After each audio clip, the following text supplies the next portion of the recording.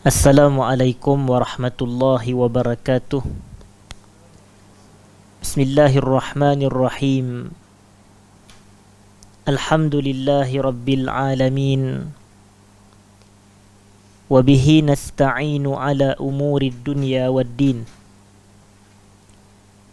Wassalatu wassalamu ala ashrafil anbiya'i wal mursalin. Nabiyyina wa sayyidina Muhammad wa ala alihi wa ashabihi ajma'in, amma ba'd. Yang saya hormati seluruh jawatan kuasa pengurusan Baitus Salam, seterusnya hadirin dan hadirat, para penonton muslimin dan muslimat yang dirahmati Allah sekalian. Pertamanya, alhamdulillah, kita panjatkan syukur kepada Allah Subhanahu wa ta'ala kerana pada malam ini kita dapat bersama sekali lagi berkumpul bagi kita bersama menyambung dan meneruskan majlis pengajian bulanan kita menggunakan kitab ringkasan Zadul Ma'ad fi Hadi Khairil Ibadi sallallahu alaihi wasallam. Dan kita pada malam ini, hadirin dan hadirat, telah pun memasuki satu bulan yang baharu, bulan Sya'ban bagi tahun 1443 Hijrah. Dan dalam masa yang sama, suka untuk saya menarik perhatian hadirin dan hadirat bahawasanya dalam situasi beberapa minggu ini, masyarakat kita ramai yang telah dijangkiti dengan COVID-19. Dan kadang-kadang yang dijangkiti tersebut, yang diuji dengan musibah tersebut adalah yang berdekatan dan berhampiran dengan kita. Kawan-kawan kita, rakan-rakan sepejabat kita, guru-guru kita, kenalan kita, keluarga kita, anak-anak kita, pasangan kita. Jadi semua ini sekarang ini berada pada saat ujian daripada Allah Subhanahu wa ta'ala. Dan ramai juga yang kita lihat diuji dengan sakit, batuk, demam, selesema dan seumpamanya. Dan ini semua adalah salah satu bentuk ujian daripada Allah Subhanahu wa ta'ala kepada kita semua sebenarnya. Jadi saya nak ambil satu masa yang singkat pada permulaan mukaddimah kuliah kita pada malam ini untuk saya menggalakkan diri saya dan juga kepada saudara-saudara kita yang diuji dengan pelbagai penyakit kepada satu perkara dan satu amalan yang agama kita anjurkan, yang mana kalau kita melakukan amalan tersebut, insya-Allah Allah Subhanahu wa ta'ala akan menyembuhkan kita daripada penyakit yang kita hadapi. Dan amalan ini adalah namanya sedekah. Amalan ini namanya sedekah. Sebenarnya menjadi satu pedoman dan pengamalan para salafus salih, ulama-ulama kita terdahulu, bahawasanya mereka ini mengambil satu inisiatif untuk bersedekah bagi mereka menjauhkan musibah, penyakit dan bala bencana ke atas diri mereka. Dan sandarannya adalah kepada sebuah hadis yang mana Nabi sallallahu alaihi wasallam mengatakan, dawu mardakum bis sadaqah. Ubatkanlah dan rawatilah orang-orang sakit dalam kalangan kamu dengan amalan bersedekah. Maknanya dengan amalan bersedekah ia boleh merawat penyakit bagi seseorang. Dengan asbab bersedekah Allah menyembuhkan penyakit bagi seseorang. Jadi sebab itu kita menggalakkan diri kita untuk bersedekah bagi menjauhkan sebarang penyakit dan musibah.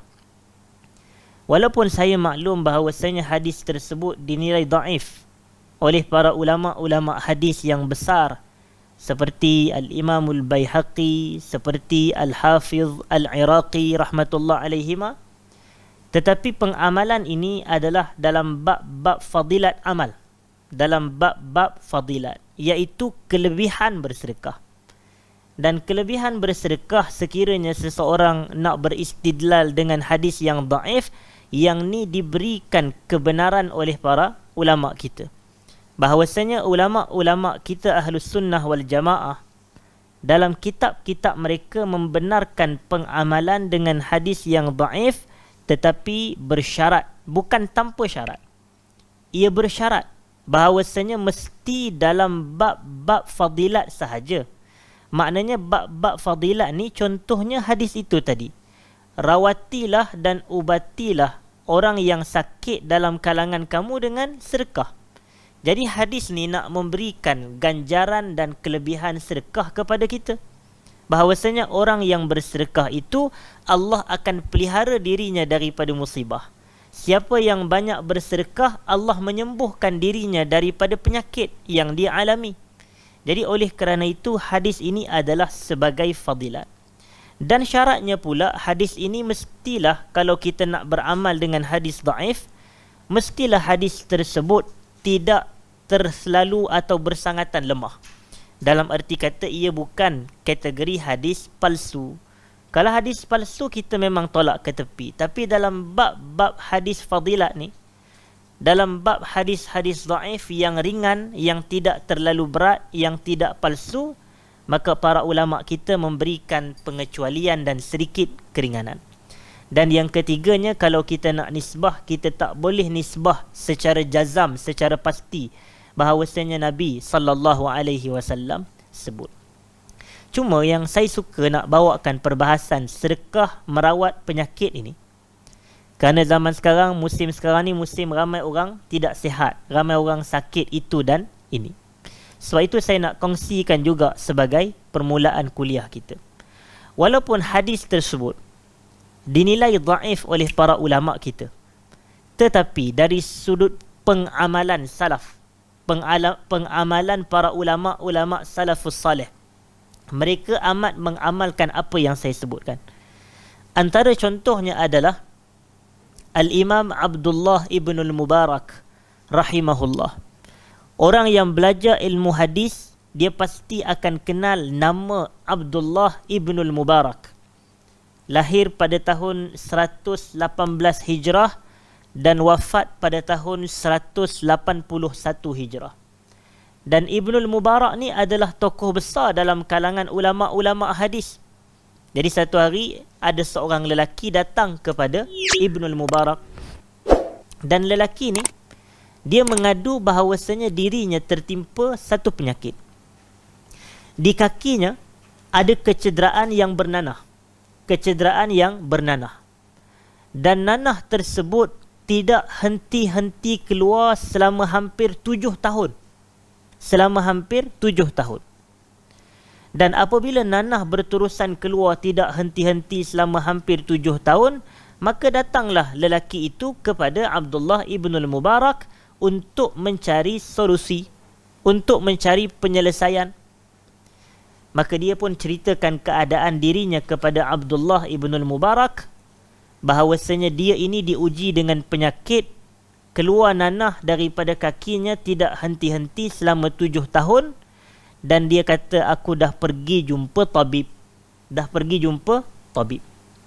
Dan tabib ni kalau penamaan moden disebut sebagai medical doctor. Doktor perubatan. Itu makna tabib. Dan sekarang pun sebenarnya dari sudut pengamalan kita, memang kita akan guna lagi istilah tabib. Tapi biasanya tabib tu adalah rawatan Cina. Itu biasanya orang panggil sebagai tabib. Tapi doktor lah, merujuk kepada medical doctor. Jadi dia kata, aku dah pergi jumpa tabib, tapi aku masih tak dapat solusi kepada penyakit dia ni. Maka kata Ibnul Mubarak rahmatullah alaih, nak memberikan jawapan kepada permasalahan lelaki tersebut. Ibnul Mubarak kata, cuba kamu pergi kepada satu kawasan, yang mana kawasan tu penduduk dia berhajat kepada air. Berhajat kepada air. Maka kamu galilah perigi di situ. Gali perigi. Dan bila kamu gali perigi, aku berharap kepada Allah, dengan perbuatan kamu itu penyakit kamu akan sembuh. Perbuatan kamu, penyakit kamu akan sembuh. Dia pergi gali perigi, bukan dia gali perigi di kawasan tak ada orang tak. Dia pergi gali perigi di kawasan orang ramai berhajat dan berkehendak kepada air. Jadi perbuatan dia dianggap sebagai sedekah yang paling hebat. Kerana semua kebaikan adalah sedekah. Kullu ma'rufin sadaqah, kata Nabi SAW. Semua kebaikan adalah sedekah. Jadi lelaki itu pun dia pergilah kepada suatu kawasan, yang mana kawasan tu masyarakat berhajat kepada air, dan dia gali perigi di tempat tersebut.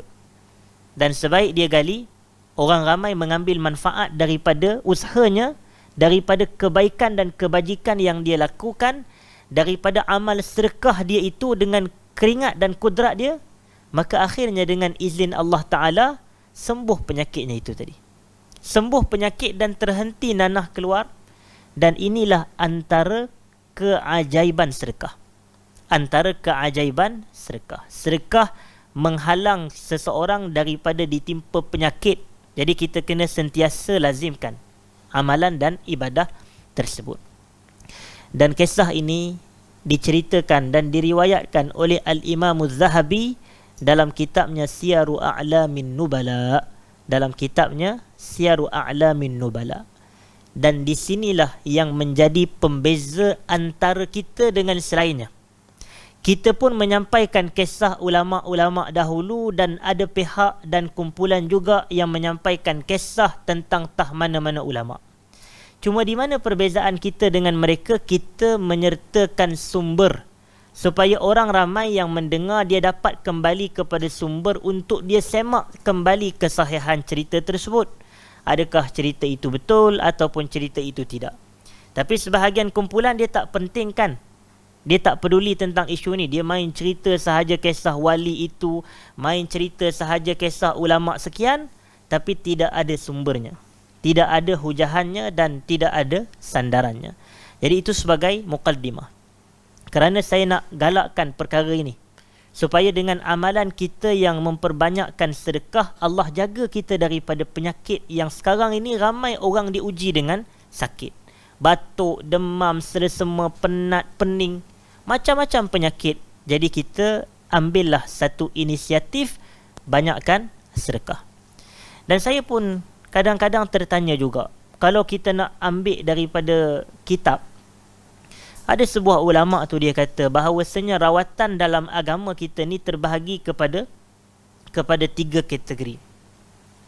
Ada rawatan-rawatan yang memang bersifat medik secara total. Maknanya dia memang rawatan seperti rawatan moden sebagai contoh.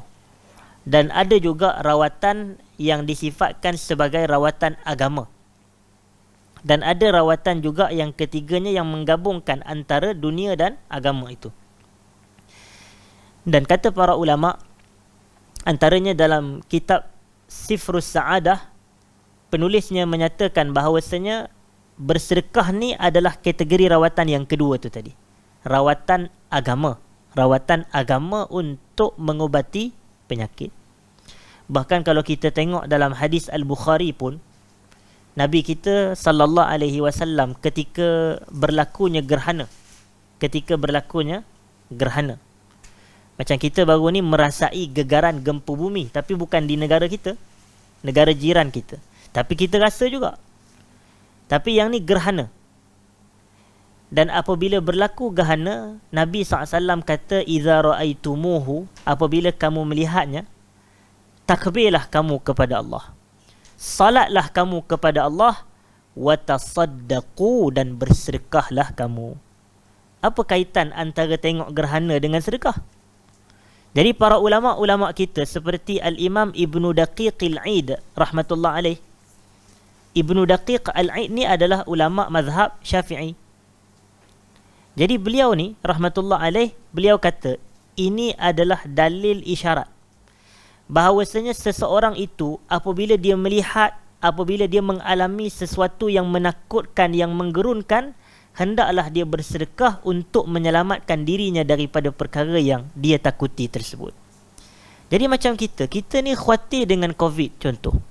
Kita khawatir dengan penyakit itu, kanser, penyakit kencing manis, darah tinggi, sakit jantung dan seumpamanya. Kita khawatir. Jadi kalau kita khawatir dan kita tidak mahu diri kita dijangkiti perkara-perkara tersebut, sedekahlah. Banyakkan sedekah sebagai salah satu konsep menyelamatkan diri kita daripada penyakit. Walaupun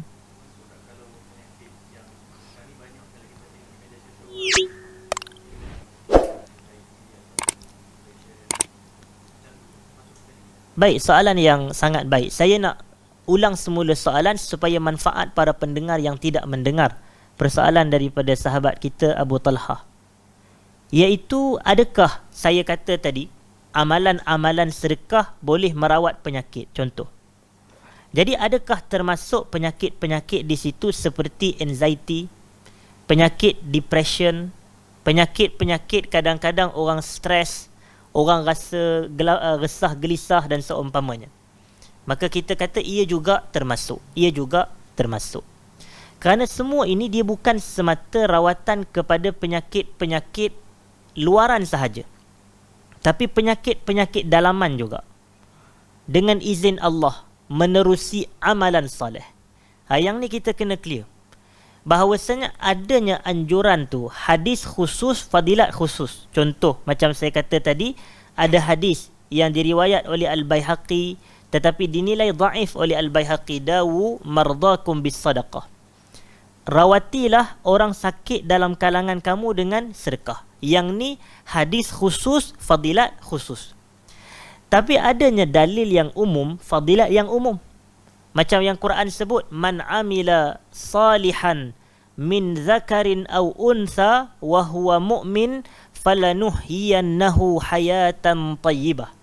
Ini adalah dalil umum, fadilat umum. Sesiapa yang beramal saleh dari kalangan orang lelaki atau perempuan dalam keadaan dia beriman semasa melakukan dan melaksanakan amal saleh, falanuhyiyannahu hayatan tayyibah, maka kami akan hidupkan dia dengan kehidupan yang baik. Jadi amal soleh umum, meliputi keseluruhan amal soleh, baca Quran, sedekah, salat. Dan fadilat yang umum apabila Allah kata kami akan hidupkan dirinya dengan kehidupan yang baik. Kehidupan yang baik ni mencakupi kesihatan tubuh badan, luaran dalaman, dari sudut emosi, dari sudut roh, dari sudut jantung hati, dari sudut jasad. Jadi ini adalah kehidupan yang baik. Maka kita kata kedua-duanya ada sama dan menepati apa yang saya telah sebutkan sebentar tadi. Ada dalil yang khusus, fadilat khusus, dan ada dalil umum, fadilat yang umum. Tetapi ala kullin, secara overall, secara keseluruhan, amal saleh mampu dengan izin Allah Ta'ala untuk merawat kategori-kategori penyakit yang zahir, yang batin. Dan saya selalu sebut hadirin dan hadirat yang saya hormati, bahawasanya bila kita minta perlindungan Allah, afiat Allah dalam bacaan doa kunut, wa afini fiman afait, ya Allah kau berikan aku ni afiah bersama dengan golongan yang mendapat afiah daripadamu, maka afiat di situ merujuk kepada afiat daripada min amradil zahir wal batin, daripada penyakit-penyakit zahir dan juga penyakit-penyakit batin. Baik. Jadi penyakit-penyakit zahir ni benda yang nampak, macam darah tinggi, kencing manis, kanser, even COVID pun. Ini adalah penyakit-penyakit zahir. Adapun satu lagi penyakit adalah penyakit batin, penyakit dalaman yang kita ni tak nampak, seperti riak, seperti ujub, seperti al-kibir ataupun takabbur, seperti hasad, seperti su'udzon. Yang ni semua adalah penyakit-penyakit batin. Dan cara juga nak menghapuskan dan merawat penyakit-penyakit ni, amal soleh. Tapi kalau orang kata antara dua yang mana lagi bahaya, saya tak kata antara bahaya dan tidak bahaya, kedua-duanya bahaya. Tapi yang mana lebih bahaya? Maka yang lebih bahaya ni adalah yang batin itu tadi. Yang batin. Dari sudut luaran nampak sihat, tak ada COVID, tak demam, tak kanser, dalam hati penuh takabbur. Allahu Akbar. Jadi hati penuh takabbur, nampak luar sihat, jasadnya elok, cantik, segak. Tapi dalam hati penuh hasad, penuh dengan kibir. Dan sebab itu kita kata Nabi sallallahu alaihi wasallam menyebut, la yadkhulul jannata man kana fi qalbihi mithqalu dzarratin min kibr. Tidak akan masuk ke dalam syurga seseorang yang dalam jantung hatinya ada sebesar zarah daripada perasaan takabur. Takabur adalah penyakit. Ada je takabur dalam hati, rasa megah diri, bangga diri, besar diri, maka seseorang tu Nabi kata la yadkhulul jannah, tidak akan masuk syurga.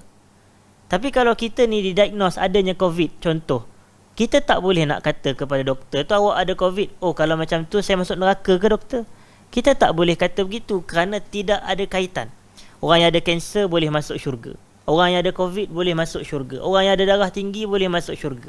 Tapi orang yang dalam hatinya ada penyakit kibir tak boleh masuk syurga.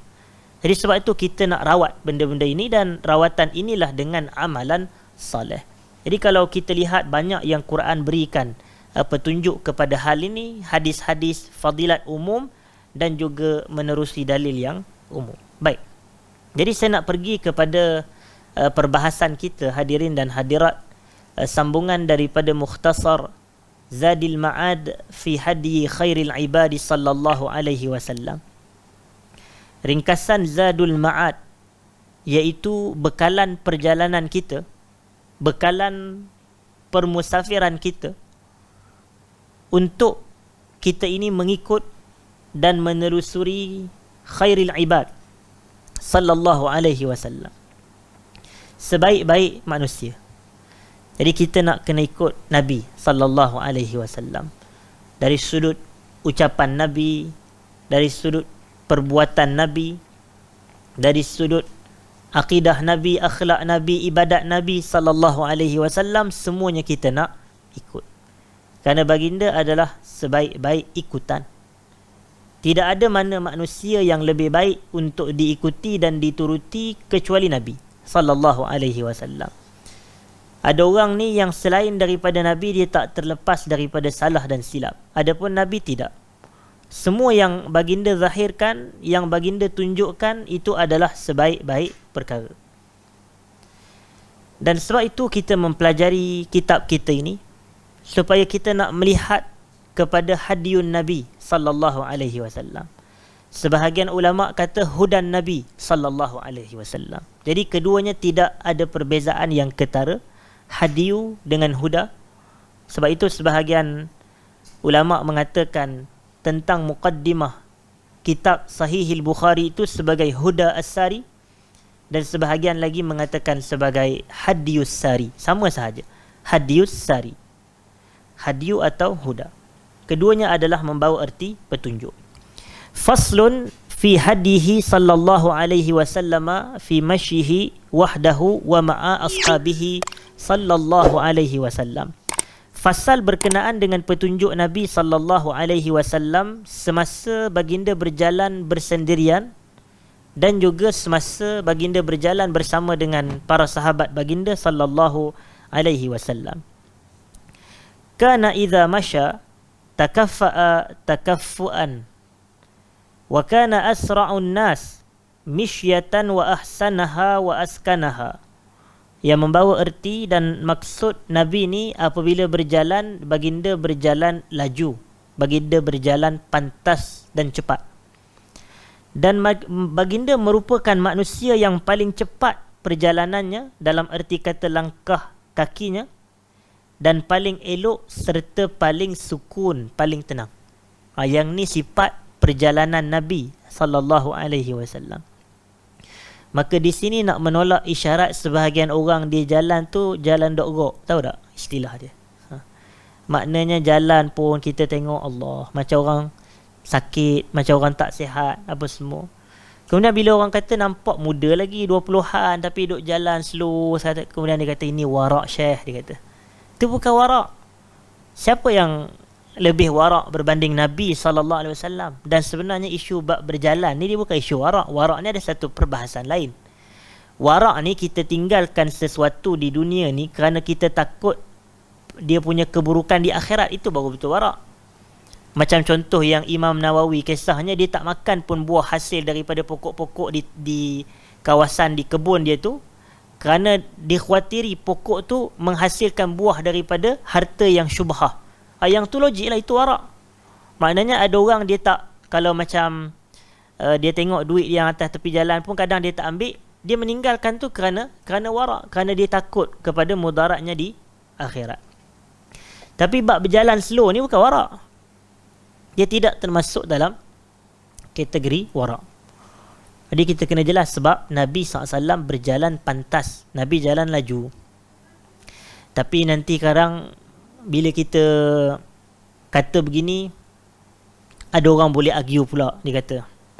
Bukan ke Quran cerita dalam surah Al-Furqan, iaitu tentang ciri-ciri ibadur rahman. Ciri-ciri ibadur rahman. Yang mana Allah kata, wa ibadur rahmanil ladzina yamshuna 'alal ardi hauna. Dan golongan ibadur rahman ni apabila mereka berjalan di atas muka bumi, fil ardi. Fil ardi tu di atas muka bumi, hauna, dengan penuh ketenangan, dengan penuh santun. Dan saya tak nafikan dalam kitab-kitab tafsir memang ada tuntutan dan anjuran untuk kita ni berjalan seperti kadang-kadang ada sebahagian riwayat dalam kitab-kitab tafsir cerita bahawasanya orang-orang soleh datang berjalan tu dalam keadaan paling lemah dan orang tengok pun seolah mereka ni tak sihat, seolah mereka ni sakit bila mereka berjalan. Betul. Tapi sebenarnya ayat tersebut, terjemahan yang lebih tepat dan tafsiran yang lebih tepat adalah orang-orang yang disifatkan sebagai ibadur rahman ni mereka berjalan dengan santun, dalam erti kata mereka tidak berjalan sombong. Itu maknanya. Mereka berjalan dengan penuh kerendahan jiwa. Itu maknanya, bukannya mereka berjalan slow. Kadang-kadang ada orang berjalan slow tapi untuk riak, kerana dia nak tarik perhatian orang ramai. Orang nampak Allah solehnya berjalan slow. Tidak. Tapi kalau kita tengok di sini, Nabi SAW adalah asra'un nasi misyatan. Nabi adalah manusia paling laju berjalan. Maknanya paling cepat, paling pantas. Tapi itu tidak menafikan ketenangan Nabi. Bukan Nabi berjalan gopoh-gapah, tidak. Dan Nabi tidak terlalu lambat. Tapi Nabi berjalan sederhana. Cuma ia disifatkan sebagai laju oleh para sahabat. Yang ni yang kita kena ikut. Dalam arti kata, orang ni walaupun dia nampak dah tua ke apa semua, dia kena pantas. Dia kena cepat. Dia tidak boleh terlampau lambat dan tidak boleh terlampau laju pula. Kita kena ambil konsep, orang kata mengikut kesederhanaan itu. Tidak terlampau laju dan tidak terlampau perlahan. Maknanya dalam laju yang tidak menjadikan contoh gopoh-gapah. Jadi kita kena ingat satu konsep dalam agama kita ni, gopoh-gapah ni kelang kabut. Dan ia datang daripada syaitan. Ia datang daripada syaitan. Sebab itu Nabi SAW menyebut at-ta'anni minallah wal ajalatu minasyaitan. Ta'anni ni daripada Allah, tenang-tenang. Tenang ni daripada Allah. Wal ajalatu minasyaitan. Gopoh-gapah daripada syaitan. Jadi kita kena gabungkan semua dalil ni baru kita boleh ni. Maknanya Nabi ni tidak, walaupun Nabi laju tapi tidak gopoh-gapah.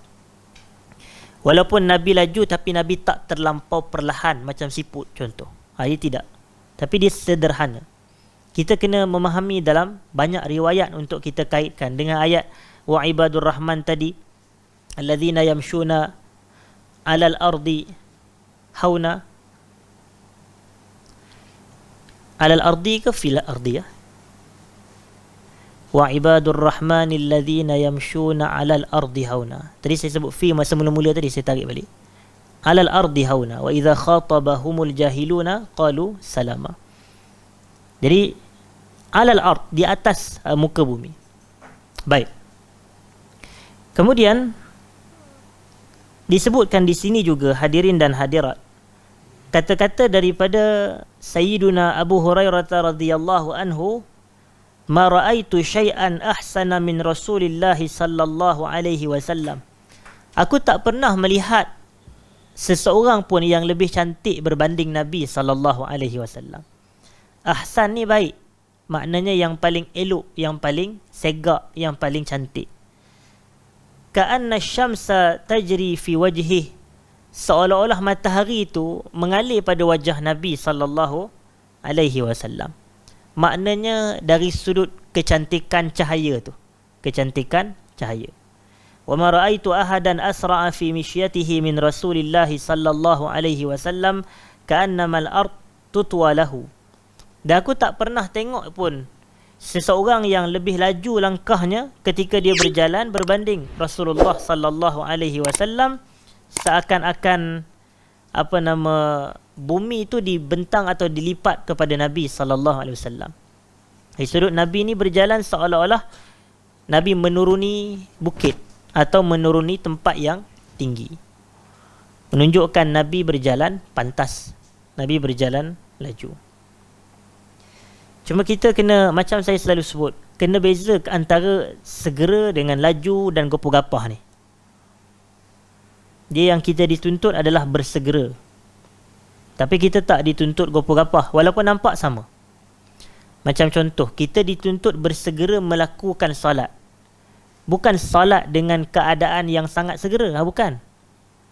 Ada beza tu sebenarnya. Bersegera solat ni maknanya kita solat pada awal waktu, tapi pelaksanaan solat tu dengan tenang, bukannya dengan gopoh-gapah, dengan kelang kabut. Tidak.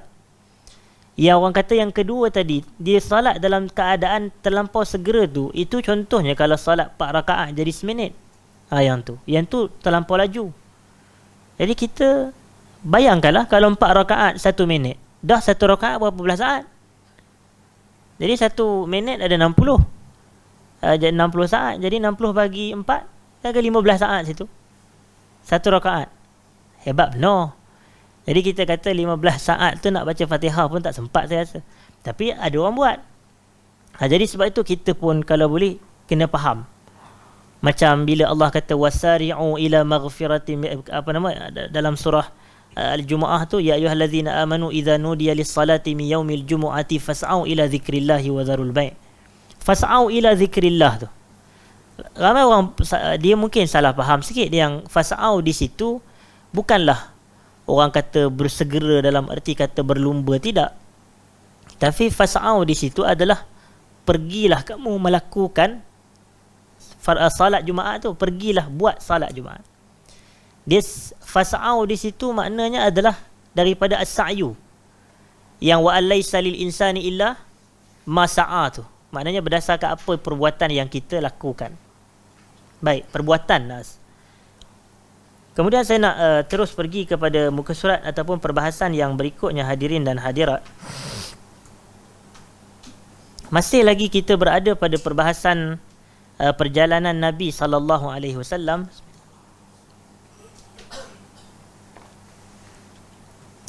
Wa amma mashyuhu ma'a ashabihi fakanu yamshuna baina yadayhi wa huwa khalfahum wa yaqul da'u dhahri lil malaikah, da'u dhahri lil malaikah. Maknanya di sini kata penulis kitab rahmatullah alaih, adapun perjalanan Nabi sallallahu alaihi wasallam bersama dengan para sahabat baginda, maka para sahabat ni mereka berjalan baina yadayhi, dan baina yadayhi ni dalam literalnya merujuk kepada di hadapan Nabi. Baina yadayhi, di hadapan Nabi sallallahu alaihi wasallam. Wa huwa khalfahum, dan Nabi di belakang mereka. Maknanya Nabi di belakang para sahabat. Wa yaqul, dan baginda bersabda dalam hadis yang diriwayatkan oleh Ibnu Majah, da'u dhahri lil malaikah, biarkan bahagian belakang badan aku tu untuk para malaikat. Zahar ni bahagian belakang badan. Biarkan bahagian belakang badan aku untuk para malaikat. Ini adalah satu isyarat.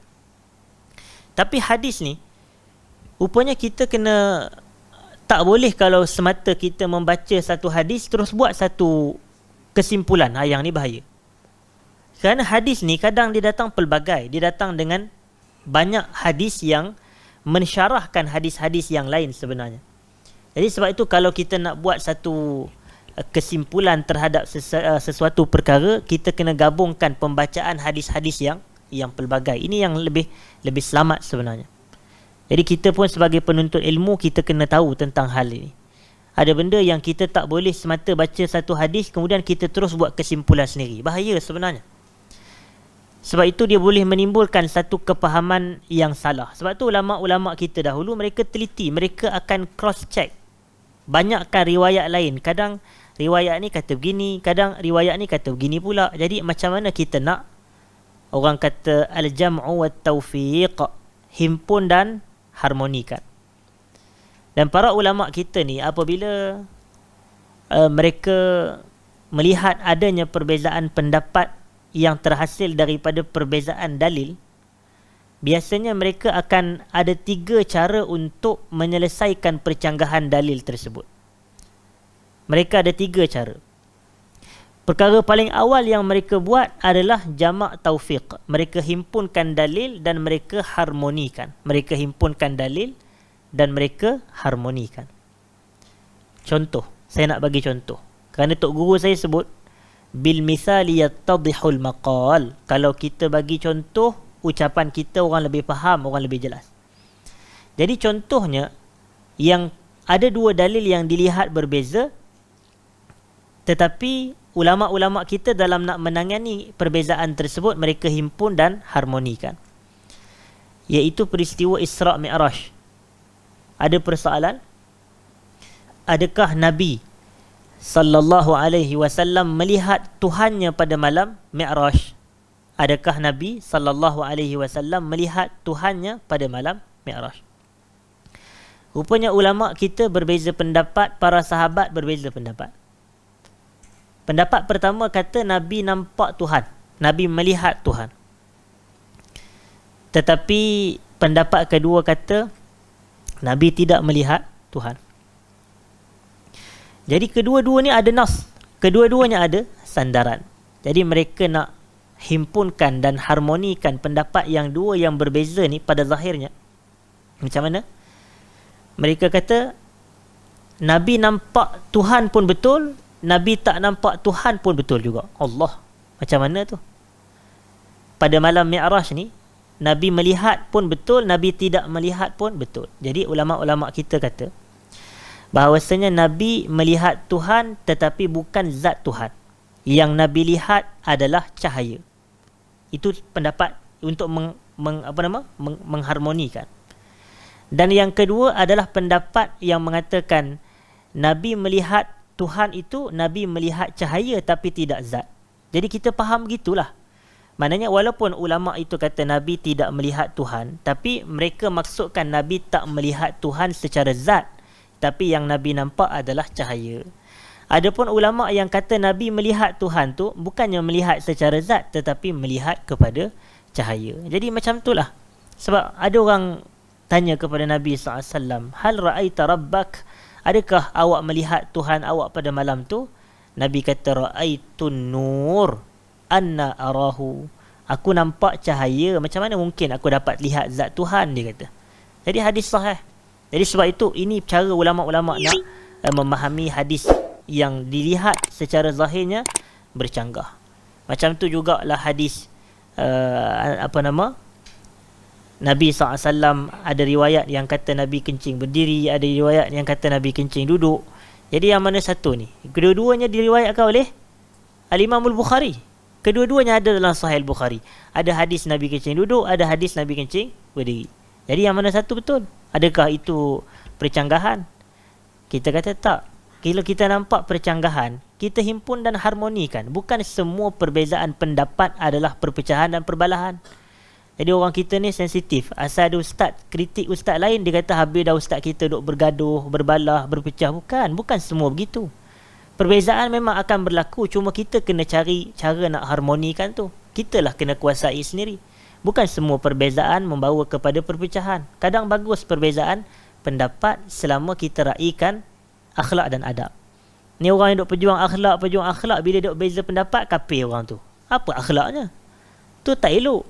Jadi kalau kita perjuangkan apa yang kita praktikkan apa yang kita perjuangkan. Baik.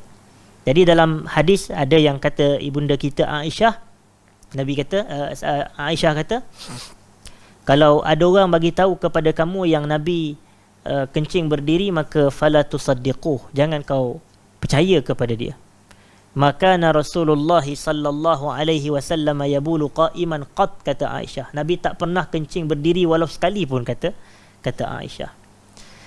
Kemudian ada pula riwayat yang lain. Ada sahabat Nabi ni, dia pergi ikut Nabi bermusafir dan Nabi turun kepada subatatu qaumin. Nabi pergi kepada satu tempat Subatah, dan Subatah ni adalah tempat pembuangan sampah, tempat buang sampah. Jadi Nabi pergi ke situ dan Nabi SAW buang air kecil dalam keadaan berdiri. Jadi hadis sahih. Maka para ulama mereka nampak dalil yang zahirnya bercanggah, mereka himpun dan harmonikan bahawasanya kalau ikut sunnah Nabi, kencing duduk, sunnah Nabi. Tapi perbuatan Nabi kencing berdiri adalah untuk menjelaskan yang ia tidak haram. Ia tidak haram. Paling tinggi hukumnya adalah makruh. Tetapi makruh pun macam biasa, makruh tidak berdosa.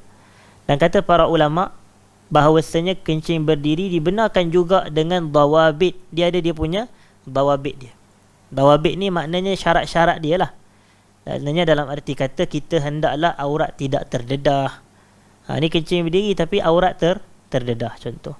Ataupun mestilah di tempat yang tertutup, dan kena seusaha sehabis mungkin untuk pastikan anggota tubuh kita tak terpercik, ataupun spesifiknya pakaian kita tidak terpercik air kencing.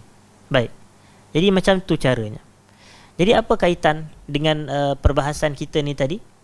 Bahawasanya perbahasan kita ni, kita duk kata tadi Nabi sebut sallallahu alaihi wasallam, berjalanlah kamu di hadapan aku. Maknanya Nabi kata kepada para sahabat, berjalanlah kamu di hadapan aku dan tinggalkan bahagian belakang aku untuk para malaikat. Tinggalkan bahagian belakang aku untuk para malaikat. Maknanya ini adalah khususiat Nabi sallallahu alaihi wasallam. Khususiat Nabi ni maknanya para malaikat ni dia berjalan di belakang Nabi, dia tidak di depan Nabi. Tapi Nabi kata ini adalah satu penghormatan dan kemuliaan Nabi SAW yang diberikan oleh para malaikat apabila mereka ini berjalan di belakang Nabi SAW. Jadi para sahabat pula berjalan di hadapan Nabi. Cuma ada satu lagi hadis, walaupun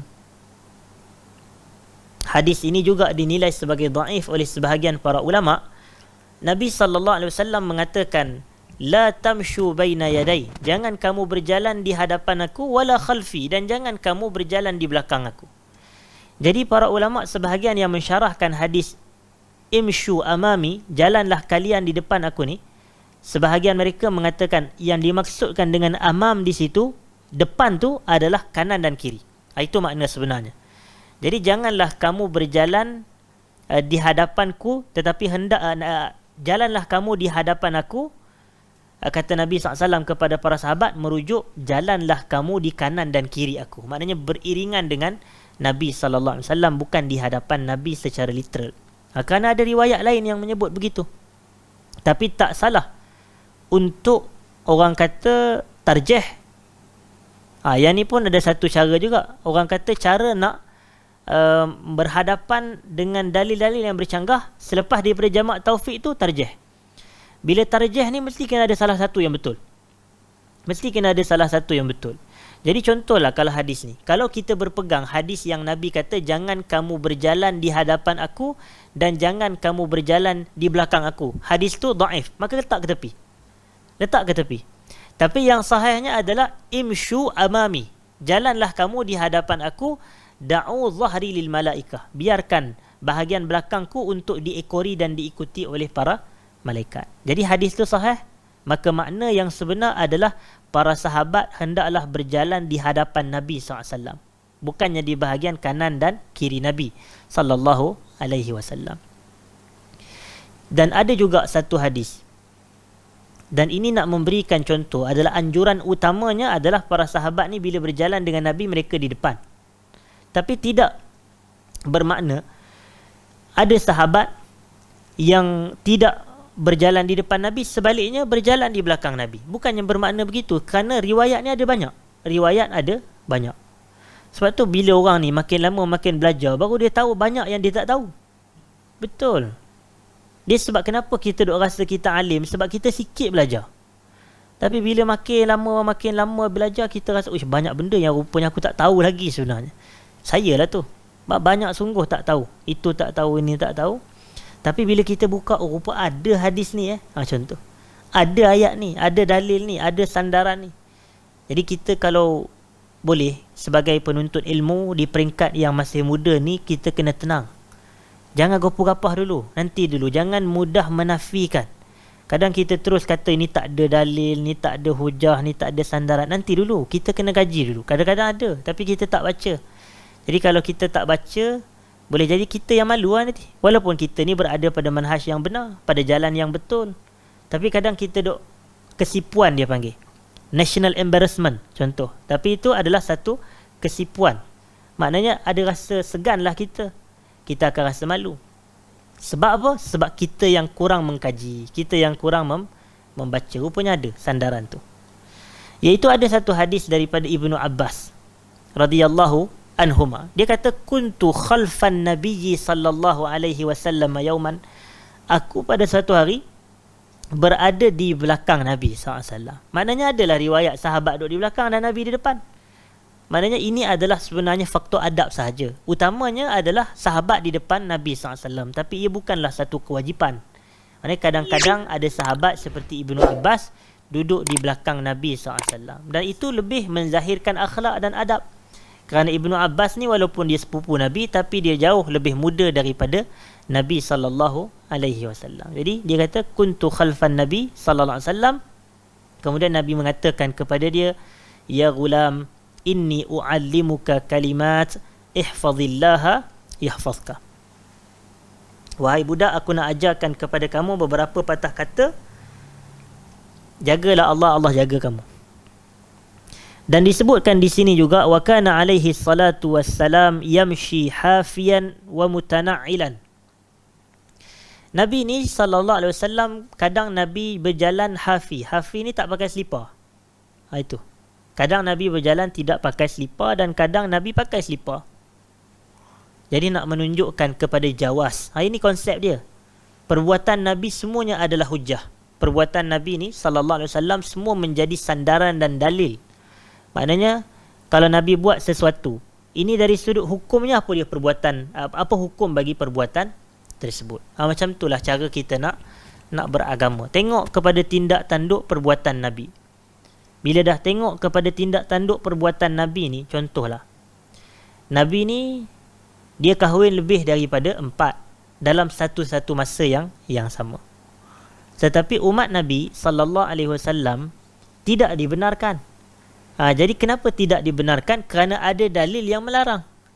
Jadi kalaulah apabila kita lihat seseorang tu Nabi kahwin 4 dan dia saya minta maaf, Nabi kahwin lebih daripada 4 dalam satu-satu masa yang sama, tapi dalam dia pula tak boleh kahwin lebih daripada 4, itu bukan bermakna dia menyelisihi jalan Nabi.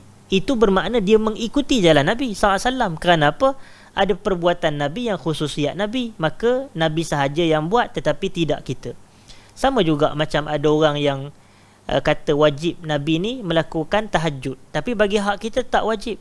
Jadi kalau pada pandang kita tak wajib itu, dan kita katakan tak wajib itulah yang mengikuti sunnah Nabi, jadi tak adalah pula okey kalau Nabi ni wajib tahajud, kita tak wajib tahajud, jadi itulah makna Nabi ke kanan, kita ke kiri. Tak betul. Kalau kita ikut apa yang Nabi perintahkan, dalam erti kata Nabi kahwin lebih daripada 4 dan kita tak kahwin lebih daripada 4, itu kita ikut Nabi, bukan kita tak ikut Nabi.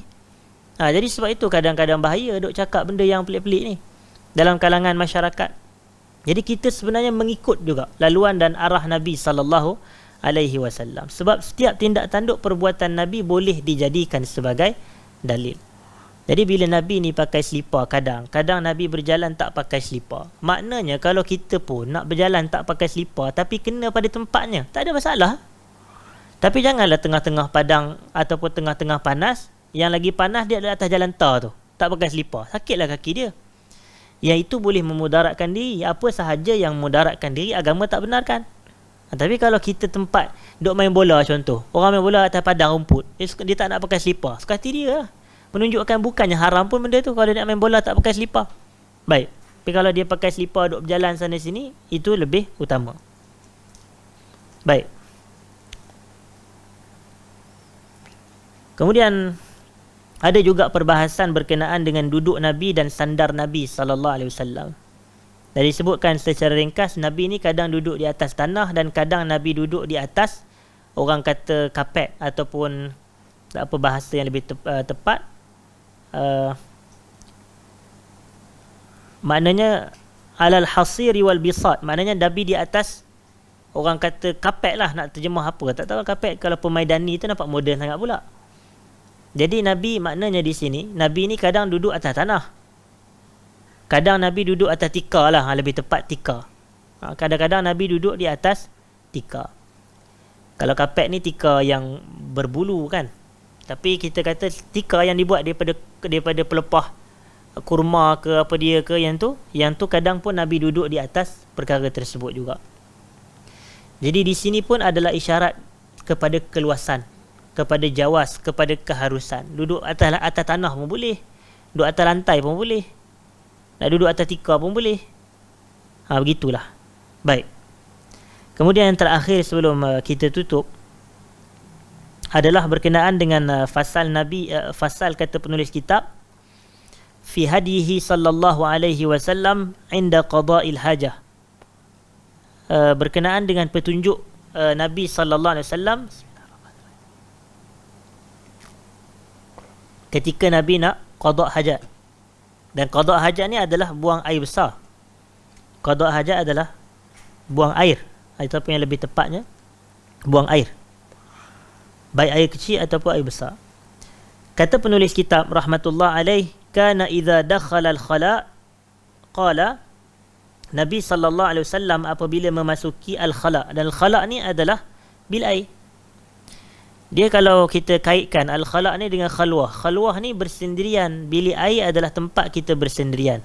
Tak ada orang masuk bilik air dua-dua pula. Jangan buat pelik, masuk bilik air duduk dua orang dalam tu. Jadi kita kata sebab ni al-khala. Khala ni tempat orang bersendiri, tempat orang bersunyi-sunyi, bukan orang nak duduk ramai-ramai duduk dalam satu jamban. Tidak, itu benda pelik. Jadi sebab itu nama dia begitu. Nabi SAW apabila memasuki bilik air, baginda akan membaca doa, Allahumma inni a'udzubika minal khubus wal khaba'ith. Allahumma inni a'udzubika minal khubus wal khaba'ith. Ya Allah, sesungguhnya aku mohon perlindungan denganmu daripada syaitan jantan dan syaitan betina. Kita kena minta perlindungan Tuhan. Sebab dalam bilik air ni kita tak boleh zikir kepada Allah. Dan kita tahu konsepnya bahawasanya zikirlah yang melari dan menghalau syaitan. Zikir yang melarikan dan menghalau syaitan. Sebab tu kita kena lazimi zikrullah. Hati ni tempat dia melekat. Was-was boleh masuk, iman boleh masuk. Jadi sebab itu kata para ulama tafsir dalam tafsir Ibnu Katsir apabila mentafsirkan surah An-Nas, qul a'udzu birabbin nas, malikin nas, ilahin nas, min syarril waswasil khannas tu. Daripada kejahatan bisikan al-khannas allazi yuwaswisu fi sudurin nas, yang mana telah membisikkan kejahatan kepada dada-dada manusia. Dan dada tu merujuk kepada al-qalbu, kepada jantung hati kita ni. Lalu Ibnu Katsir dia bagi tahu, dia kata hati ni kalaulah dia jauh daripada zikir Allah, syaitan akan melekat. Syaitan akan, istilah dia bergentayangan. Maknanya bergayut, melekat. Kalau kita katakan dia ingat Allah, syaitan akan lari. Syaitan akan lari apabila dia mengingati Allah. Seseorang itu zikrullah. Jadi sebab itu kita ni bila kita tak dibenarkan berzikir dalam bilik air, walaupun sebahagian mungkin boleh berhujah benda baik apa salahnya, tetapi kita kata tak dibenarkan berzikir dalam bilik air, jangan nak buat benda baik apa salahnya pula. Jadi kita kata tak dibenarkan ingat Allah di tempat-tempat yang sebegitu. Jadi kita kata itulah yang kita minta perlindungan, Allahumma inni a'udzu bika minal khubus wal khaba'is. Dan sekarang ni kita nak tengok kepada bukti, betul ke tak betul yang mana dalam bilik air ni banyak syaitan jantan, syaitan betina. Sebab tu ramai-ramai orang buat jahat kadang dalam bilik air. Sebab dia lalai daripada ingat Allah. Waktu tu dia tak boleh zikir, dia buat benda pelik gitu. Sebab tu kadang yang amat kita kagum dan kita amat terkejut bila masuk kepada tandas-tandas awam dan seumpamanya, kita tengok di dinding ke di pintu tandas penuh dengan tulisan-tulisan contoh. Macam-macam tulis itu, tulis ini, nombor tu, nombor ni, macam-macam penulisan. Kenapa kita rasa takjub dan kenapa kita rasa terkejut? Kerana ada orang ni dia masuk bilik air pun dia bawa pen. Tapi bila dia duduk mengaji ilmu dalam masjid, pen pun tak bawa. Itu yang lebih menyebabkan kita rasa takjub. Masuk bilik air boleh bawa pen, tapi datang masjid, datang majlis ilmu, kadang tak ada catat nota, kadang tak ada buat penulisan, tak ada mencatat. Itu. Jadi sebab itu kadang-kadang kita rasa yang mana satu penuntut ilmu yang sebenar ni. Tapi dia buat conteng tu. Conteng tu adalah vandalism. Dia buat vandalism dalam masjid kerana apa? Dalam tandas kerana apa? Itulah tempat dia, khubus wal khaba'ith. Itu yang kita minta perlindungan Allah. Dan kalau nak masuk pula, masuk dengan kaki kiri ke dalam tandas dan keluar dengan kaki kanan. Dan keluar dengan kaki kanan disebutkan di sini, wa kana alaihi salatu wassalam idza kharaja yaqul ghufranak. Nabi SAW apabila keluar daripada bilik air, Nabi akan mengucapkan ghufranak, pohon ampun ya Allah. Pohon ampun ya Allah. Ada satu soalan. Kenapa kita ni lepas keluar bilik air kena baca pula aku minta ampun ya Allah? Apa dosa yang kita buat dalam bilik air? Takkan kita mandi tu satu dosa? Takkan kita buang air kecil satu dosa? Takkan kita buang air besar satu dosa? Jadi apa yang dosanya? Biasanya orang minta ampun ni kalau buat dosa dan salah. Adakah buang air kecil, buang air besar tu berdosa? Tak. Kalau macam tu hari-hari kita berdosa sebab buang air kecil, sebab buang air besar. Tak, itu bukan dosa. Tapi kenapa diajar kita ni nak menyebut ghufranak? Jawapannya kerana semasa kita ini dalam bilik air, kita tak mengingati Allah. Itu dianya. Itulah satu kekurangan kita, kelemahan kita. Kerana waktu itu kita tak ingat Allah. Tapi tak ingat Allah di situ adalah ingatan dengan lidah. Ingatan dengan lidah. Arti kata dalam bilik air ni tak boleh baca Quran, tak boleh tasbih, tak boleh tahlil, tak boleh takbir, tak boleh zikir lah dalam arti kata. Tapi dalam hati tu tidak apa. Maknanya seseorang yang menzahirkan kebesaran Allah dalam hatinya, itu makna zikir dengan hati. Yang ni tak apa, yang ni tidak ada masalah dalam bilik air pun. Tapi saya ingat satu riwayat berkenaan dengan seorang ulama namanya Majduddin Ibnu Taimiyah. Majduddin Ibnu Taimiyah. Majduddin ni adalah datuk kepada Taqiyuddin Ibnu Taimiyah. Yang kita duk biasa dengar Ibnu Taimiyah tu cucu dia. Tapi ni cerita datuk dia. Tok dia tu ulama.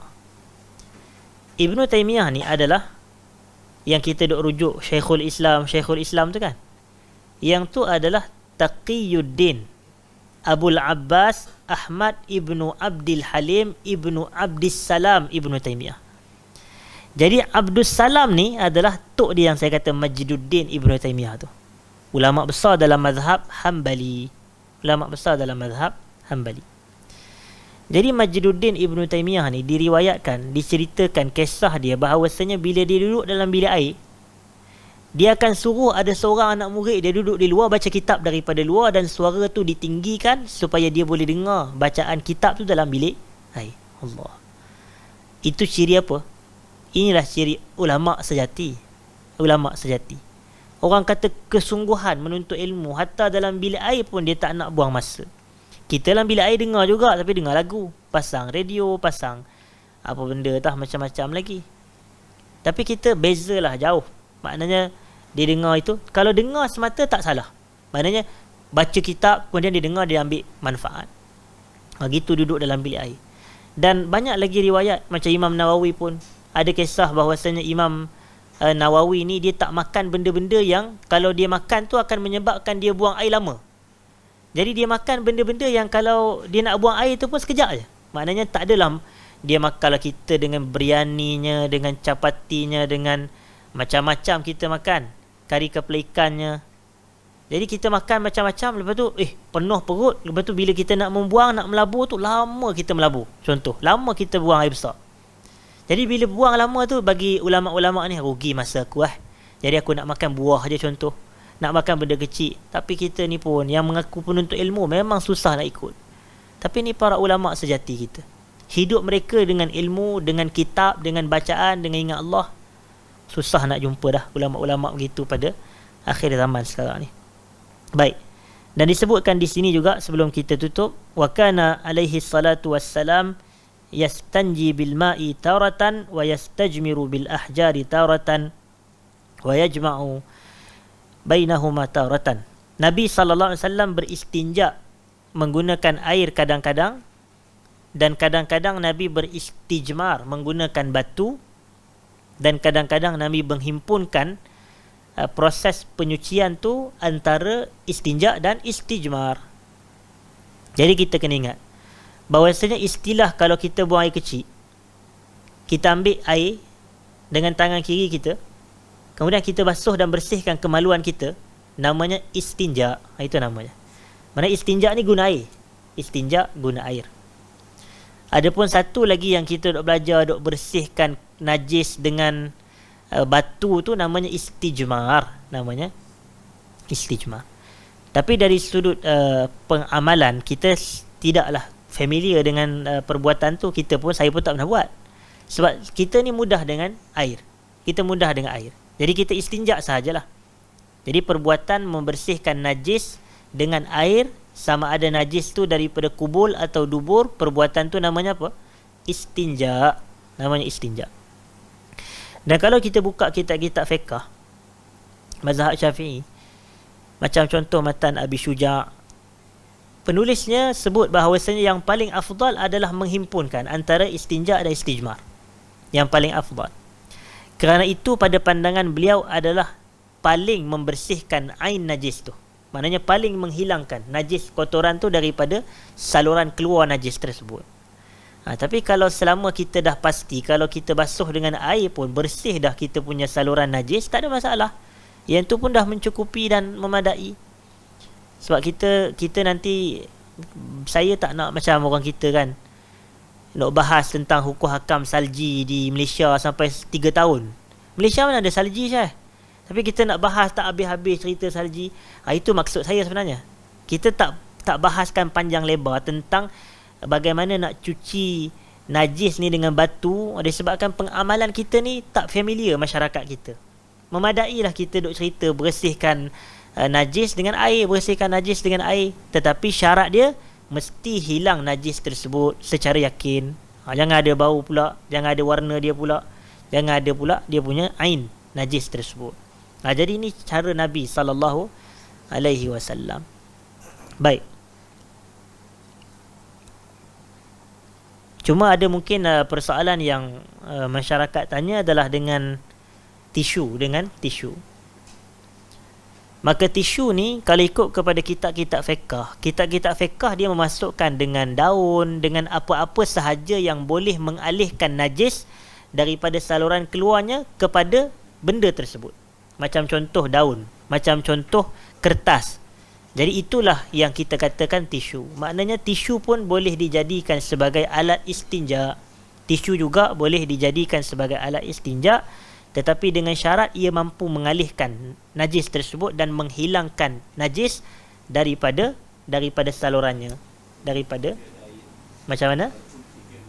Betul, walaupun ketika ada air. Macam kita kata tadi yang menggunakan batu ni. Menggunakan batu ni kalau ada air pun. Sebab tu dia kata kalau digabungkan lebih afdal. Maknanya ada air tapi dia nak guna batu. Bukanlah guna batu bila tidak ada air. Tak, ada air sekalipun guna batu. Tapi yang pentingnya adalah dalam perbahasan fiqh ni nak memberikan ajaran kepada kita dan pengetahuan kepada kita adanya keluasan. Macam-macam keadaan boleh. Kalau contohlah orang yang belajar di negara musim sejuk, contoh. Sana terlampau sejuk. Kita ni kalau nak sejuk sangat, kita nak bersih alat sulit pun dengan air pun kita rasa Allahu Akbar, malahnya aku ni, kata sejuk sangat sampai ke tahap begitu. Jadi sebab tu kadang orang kita guna tisu je. Jadi sebab tu kadang kalau kita pergi ke negara-negara, kadang dah lah negara musim sejuk, kita duduk dalam airport dia pula, contoh nak pergi balik ke mana ke, masuk bilik air dia pula. Ya Allah, aircon ni sangat-sangat sejuk. Jadi waktu itu kita ada alternatif, contoh gunakan tisu dan seumpamanya, tetapi pastikan syarat yang paling utama adalah menghilangkan ain najis tu. Menghilangkan ain najis. Wallahu a'lam. Saya rasa memadai, mencukupi sekadar itu perbahasan kita pada malam ni. InsyaAllah kita akan sambung lagi pada kuliah akan datang. aqulu ma sami'tum astaghfirullahal azim li wa lakum. Assalamualaikum warahmatullahi wabarakatuh.